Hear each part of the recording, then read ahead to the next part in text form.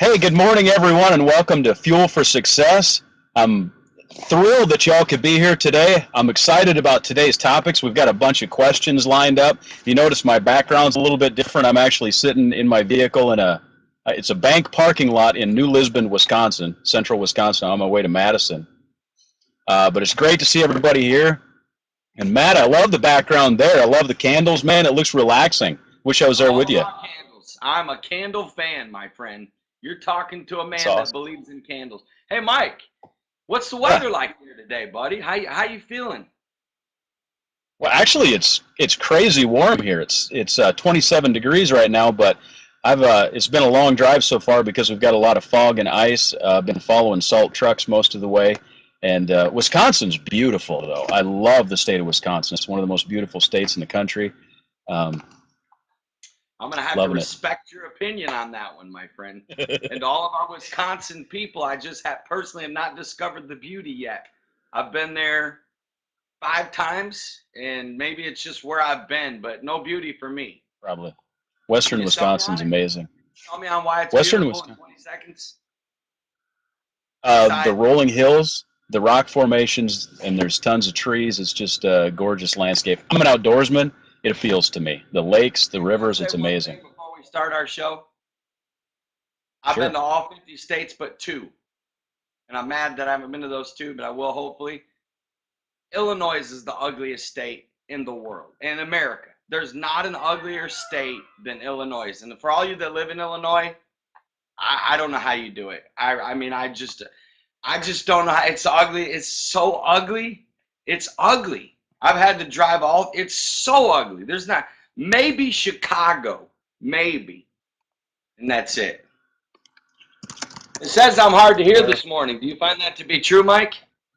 I just tweaked your audio a little bit to see if it's coming up. I don't want to overdrive it. Okay, good. We're hearing that that's better. Awesome. Hey, Uh, you know what I like, Mike? I like to see everybody connecting on the chat box even before the show starts. That's cool. yeah, I know. Isn't that awesome? This platform is so fun. I just absolutely. Amber says she thinks that Nevada's worse. There's parts of Nevada that are pretty nice. I You think, know what? you I know, love this country. I just love this country. I love God America. bless Do the you know USA. my favorite? One of my favorite songs is "God Bless the USA" by what was it, Lee Greenwood? I like Yeah, cry almost every time, and I love that song. This land is your land. This land is your land. This land. Yeah, I love awesome. that song. It's unreal. You know what I did? This is kind of crazy and a little bit off topic. You know, I stopped for an 11-minute nap a little while ago at a rest area, and I went in to use the restroom, and I was walking back out, and there was a flag blowing. You know what I did? I What? stopped and I said the Pledge of Allegiance. You've just gone to a whole new level in my book. Whole new level. And that I admire that. So, can I ask you a question? Can you tell our viewers why we're such fanatics about 11-minute naps, not 20-minute naps, not 2 hour?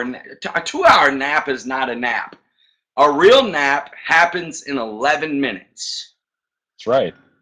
I don't know what the specific thing is about it, but it's just something that I discovered through a process of trial and error. I happen to like the number 11 anyways, but for some reason, 11 minutes is the exact right amount of time. You get to fall asleep, you get a little bit refreshed, and it's amazing. Longer than that, I feel like I'm dragging. Less than that, you don't really get any rest. It's the perfect amount. I just set the timer on my phone and rest for 11 minutes. You Refreshing. introduced me to 11-minute because I've been a 20-minute nap dude.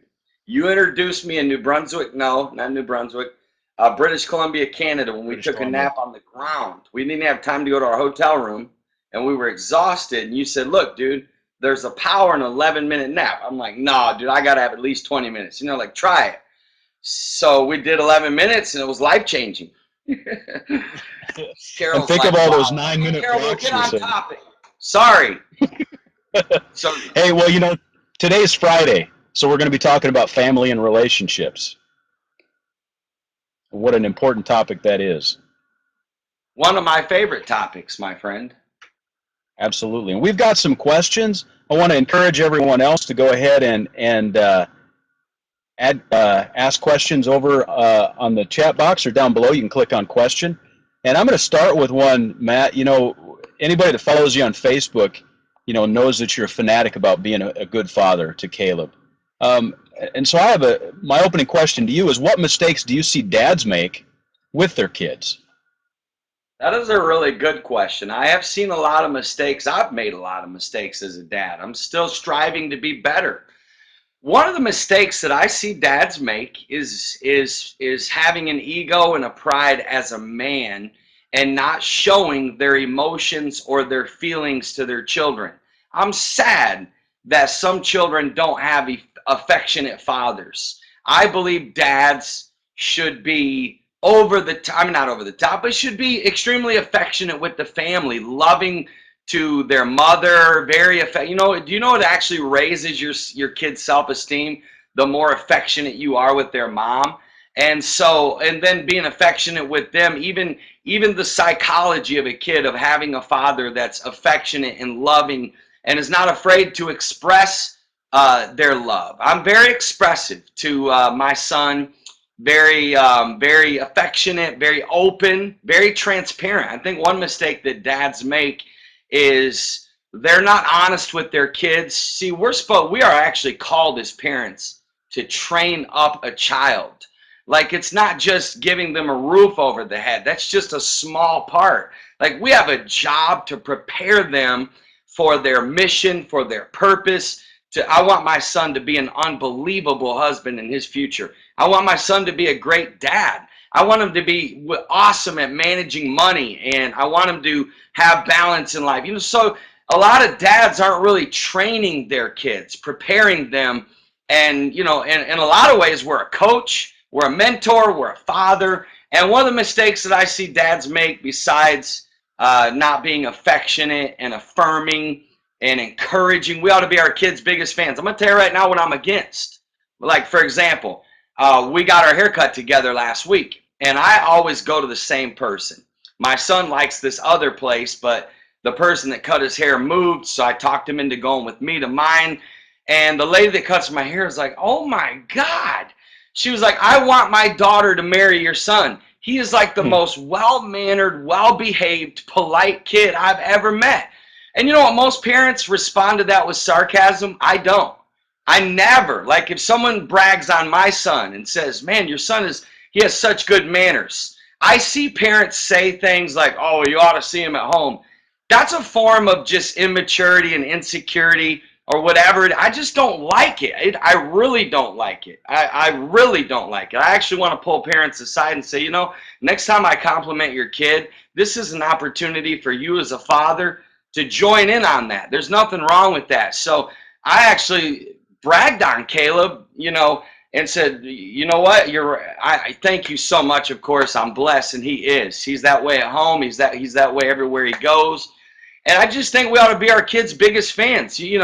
For every correction you give your child, you need to give 10 at least affirmations. I think too many parents are always correcting their children and not praising them enough, and not I believe in accentuating the positive. By far, the best book I've ever read on relationships, and oh God, if I can just keep living it, is it's called Well Done. WHALE, done. And there's actually a well done parenting that I believe every parent must read. I don't even believe a parent should go 30 more days without reading that book. Changed my life. I believe in speaking life over our kids, speaking the positive, catch them doing right, and always talking and highlighting that. And then when you do have to correct your children, like for example, I believe that it's actually biblically to spank our children. But I've never used my hand because I always want my son to trust my hands. So the Bible talks about a rod.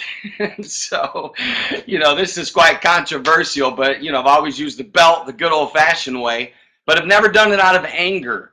And even though I was disappointed as a father, I always made sure that when the spanking was over and I gave him time to, whatever, to love him, to hold him, to reaffirm how awesome I believe he is and how much I believe in him.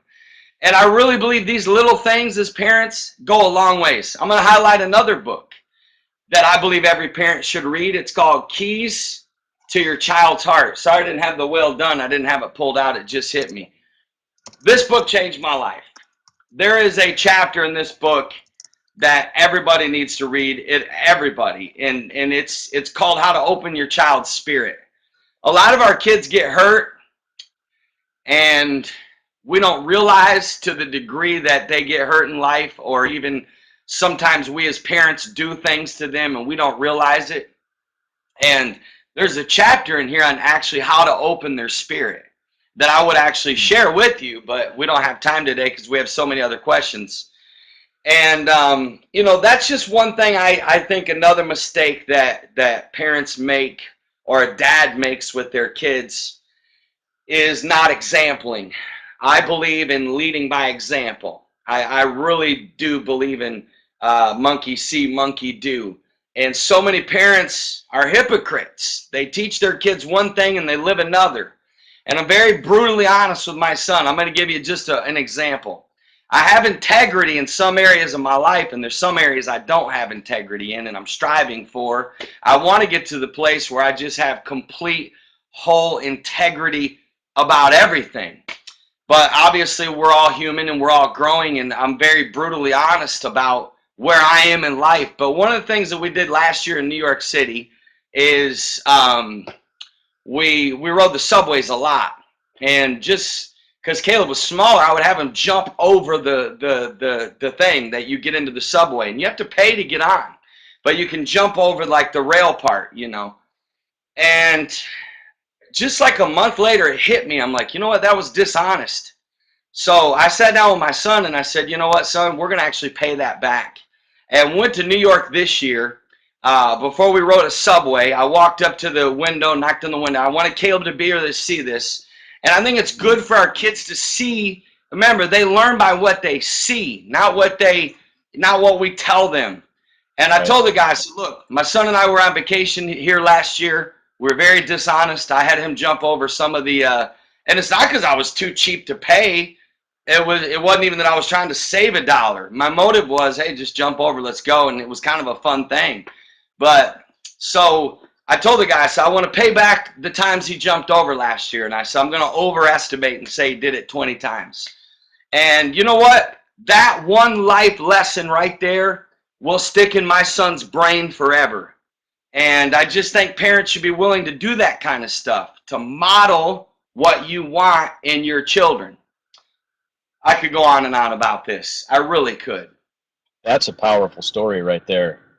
Seriously. What you think about the teachable moment that was there, and it would have cost you the money in the first place anyways, but you ended up going up there, just took a few minutes of your time and $20-some to pay back the debt, and an invaluable lesson. Unbelievable. Best $20 I'll ever spend, because you're right. That right there is worth more to him. And these are the things that's going to impact our children's life. I mean, we are our kids' greatest influence. Yeah. So, it's a good experience. And there's been others similar, not necessarily about that, but times where I wanted him to watch me say I'm sorry. And that makes me mad when people can't say they're sorry. It really bothers me when somebody can't admit that they're wrong, or that they can't say that they're sorry. I think that's a dangerous place to get to in life, when you can't admit that you're wrong and say, I was wrong. I think our kids need to see us do that.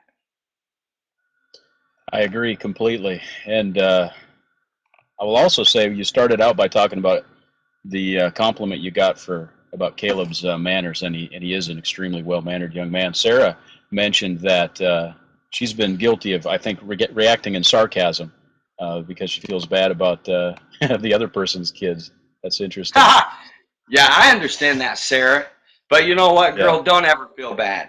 You just, when people brag on your kids, don't react sarcastically, even if their kids are hellions.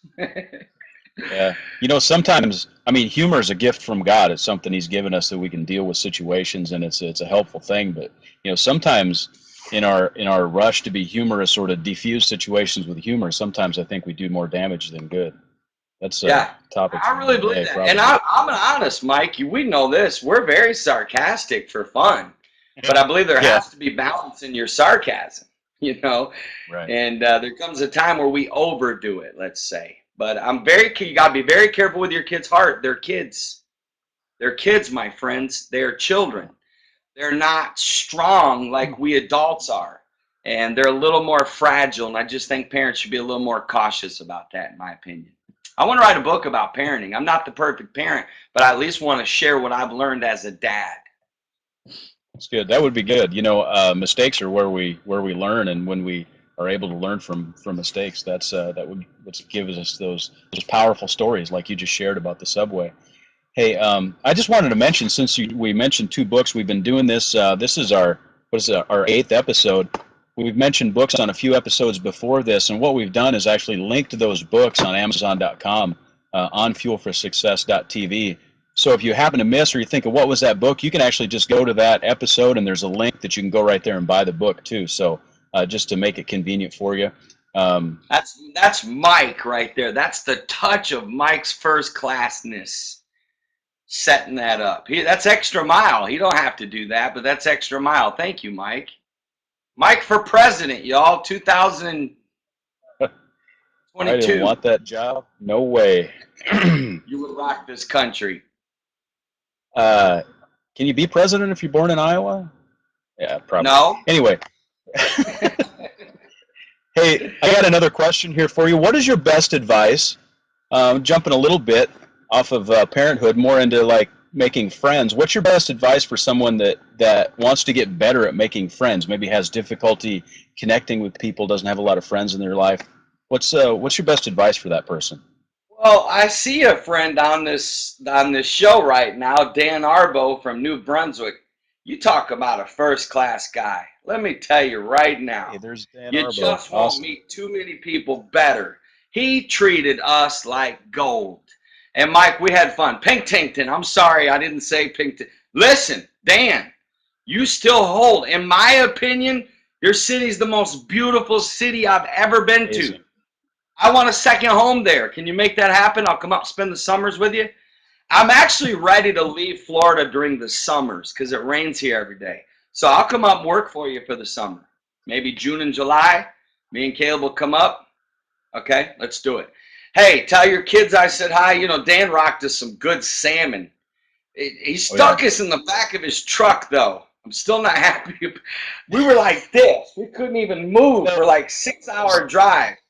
But he It was did Andy's beast truck, out yeah. to get us there and turned around and drove all night back home. So major hats off. You worried us to death, though, my friend. You turned your phone off. But anyways, what's the question, Mike? I don't remember. Oh yeah. It was something, I know. How do you make friends, right? Right. The Bible Right. has the answer for that, and I believe in this.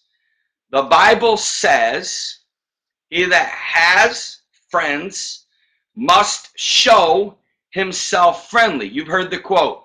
If you want a friend, go be a friend. And one of the best ways to have high quality relationships is by being a high quality person and being a friend. I believe in giving before you receive.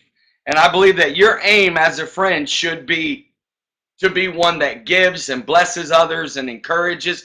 Be an encourager, be a good listener, be positive, have a good sense of humor. Listen, you'll have more friends than you even have time to ever hang out with in this lifetime. Those things right there. Being a good listener. Don't be annoying. You're not going to have friends if you're annoying. There's nothing worse in life than an annoying person. Don't do annoying things. Sad thing is, most people don't point out to you what you do that's annoying. And we need to. A good friend will. I want to know if I'm being annoying. I like people that shoot me straight. Those are my type of people that I like, that are honest. So I think if you're a good person and you're positive and you're fun and you're encouraging and you're a good listener and you know how to have good conversations, friendship will not be a problem at all. And in fact, you become what you associate with and you attract what you are. That's why you've got to be passionate about personal growth, because you want better people around you. You want the right people in your inner circle. It's good. What about you, Mike? Mike, you're a good friend. What about you, man? What would be your little 2 cents worth about friendship? You know, one of hmm, the you know, the opposite of love isn't hate, but it's selfishness.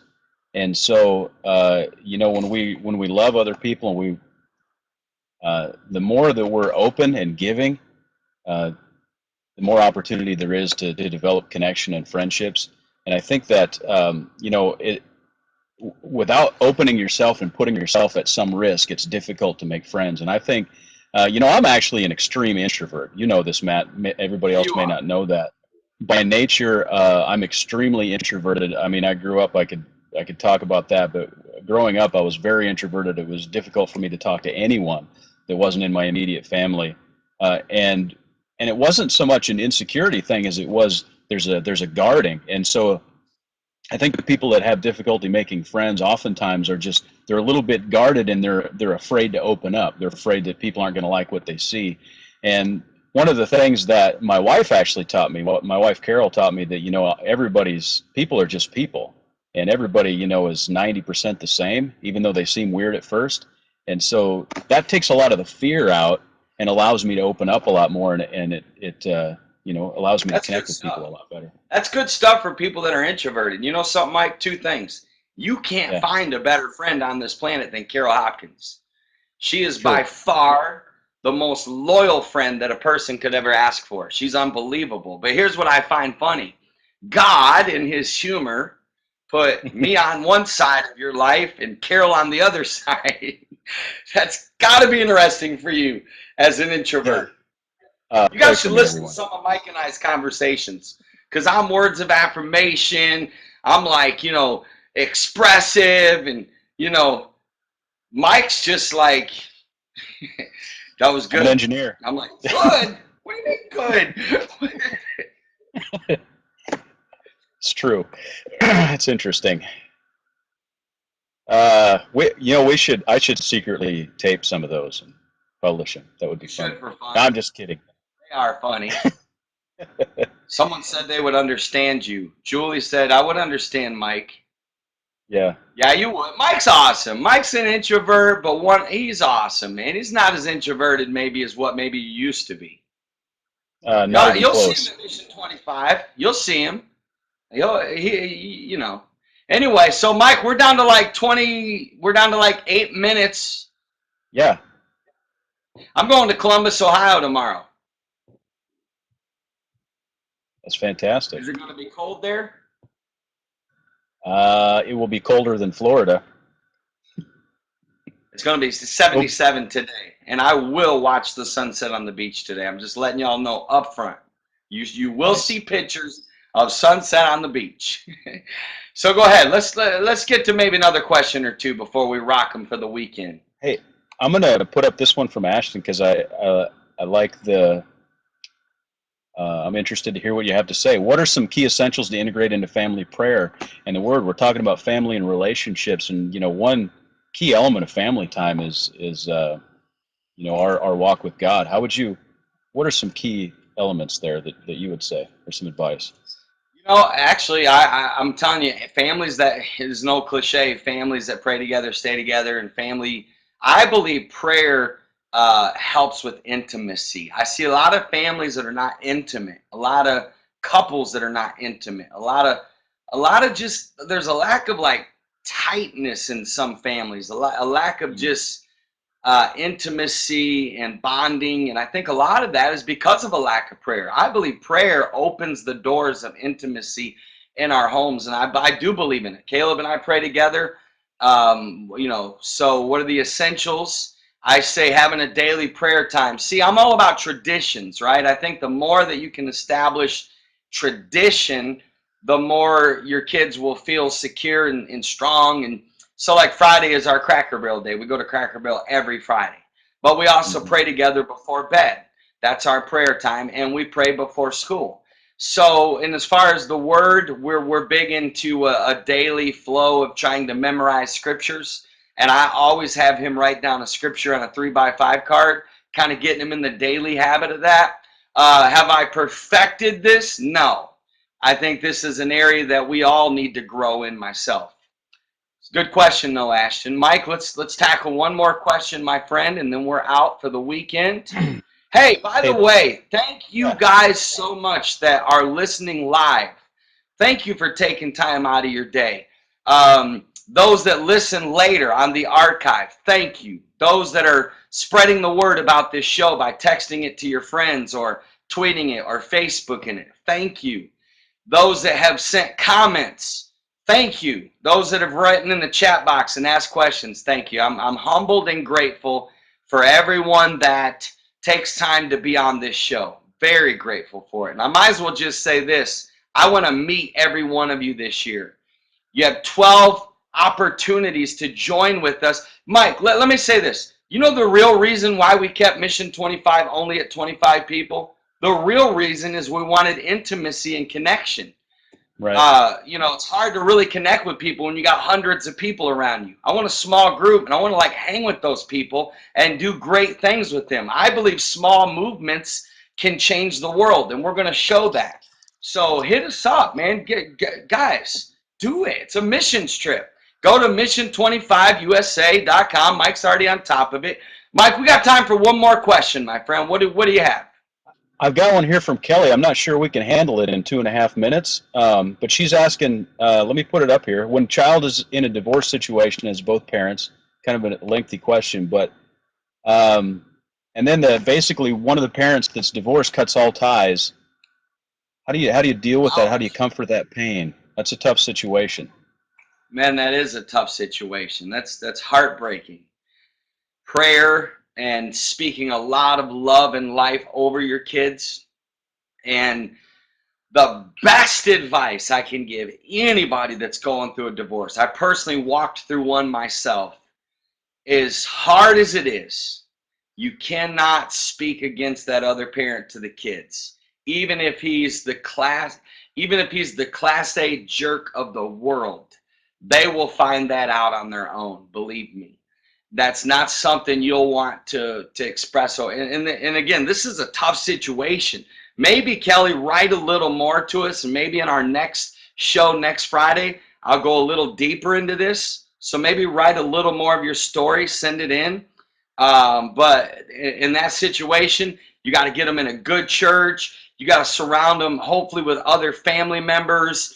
And you don't want to overcompensate. I see a lot of parents, when another parent is a slacker or absent, they kind of overcompensate. You got to be a little careful there, too. If you're a lady and they have no strong male figures in their life, that's vitally important. That's why I'm such a fanatic about helping fatherless kids, because fatherless kids is destroying our land. Over 80% of people that are in prison today came from fatherless homes. I Right. believe that's a big reason for the explosion of homosexuality, is the absence of a strong father in a boy's life. So I'm not saying that all kids are going to end that way, that have an absent father, but there are some things I believe we need to, as parents, if you're in a situation like that, that you need to kind of, have some strategies. Again, Michael is right. It's hard to cover this in 2 minutes, Kelly, but I promise you, Mike, remind me of this. We'll go deeper into this next Friday, and try to help you a little more with this. And God bless you and Kelly's your going to family and your email more kids. details. So. Kelly's What going would to they email email? more details. You can send it to mike@mattmaddox.com. You know what I'm liking, Mike? I like that people are commenting on the other side, because your It's guys' amazing. comments are helping other people. And this That's is right. what I like about this. So, anyways, we got 30 seconds. I love you guys. Mike, you drive safe. I'll be calling you in a little bit. Sounds All good. of our friends out there, thank you so much. Enjoy your weekend.